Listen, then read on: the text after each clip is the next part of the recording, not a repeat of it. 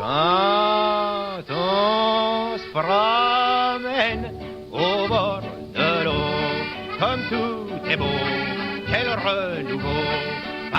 L'armistice est signé avec l'Allemagne. C'est la fin de la Première Guerre mondiale. Victorieuse, la France est cependant loin de pouvoir envisager un retour à la normale. Les pertes humaines et matérielles sont immenses, la démographie et l'économie du pays sont désorganisées. Affaiblie, la République est aussi en proie à des affrontements internes entre partis politiques. L'union sacrée, c'est-à-dire l'union de tous les partis politiques pour soutenir le gouvernement entre 1914 et 17, est remise en cause.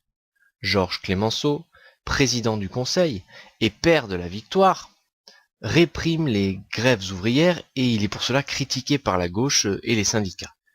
C'est donc dans ce contexte que le congrès de Tours de décembre 1920 concrétise la scission de la SFIO et conduit à la création du Parti communiste français. Faisant évoluer les rapports de force sur la scène politique, cette création ne permet cependant pas à la situation de s'améliorer, et c'est dans un contexte d'inquiétude sociale liée au chômage et à la misère provoquée par la crise économique de 1929 venue des États-Unis que la République entre dans les années 30. Impuissante, la classe politique subit les critiques de la population alors que les gouvernements se succèdent sans trouver de solution durable à la crise que traverse le pays. Les ligues de droite et d'extrême droite s'affirment quant à elles et l'antiparlementarisme culmine lors des manifestations du 6 février 1934. Le gouvernement est alors poussé à la démission. Pour lutter contre la misère sociale, le fascisme galopant et la guerre, et apporter à tous pain, paix et liberté, les socialistes, communistes et radicaux forment une coalition, le Front populaire, et remportent les élections législatives de mai 1936.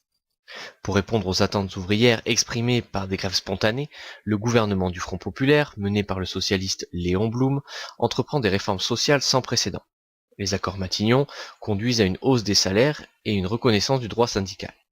Par ailleurs, la semaine de 40 heures est instituée et 15 jours de congés payés annuels sont instaurés. Malgré la liesse des premières heures, la crise économique se poursuit et le pouvoir d'achat continue de baisser.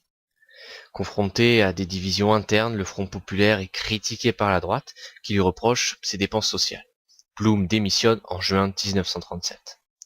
La France est alors divisée et la peur d'un nouveau conflit empêche le gouvernement de s'opposer à la montée des totalitarismes et tout particulièrement d'Hitler. C'est donc une France réformée mais mal préparée qui déclare la guerre à l'Allemagne le 3 septembre 1939. Quand on se promène au bord de l'eau, comme tout est beau, quel renouveau. Paris au loin nous semble une prison. On a le cœur plein de chansons. L'odeur des fleurs nous met tout à l'envers. Et le bonheur nous saoule pour pas cher. Chagrins et peines de la semaine, tout est noyé dans le bleu, dans le vert. Un seul dimanche au bord de l'eau, au trémolo des petits oiseaux, suffit pour que tous les jours semblent beaux.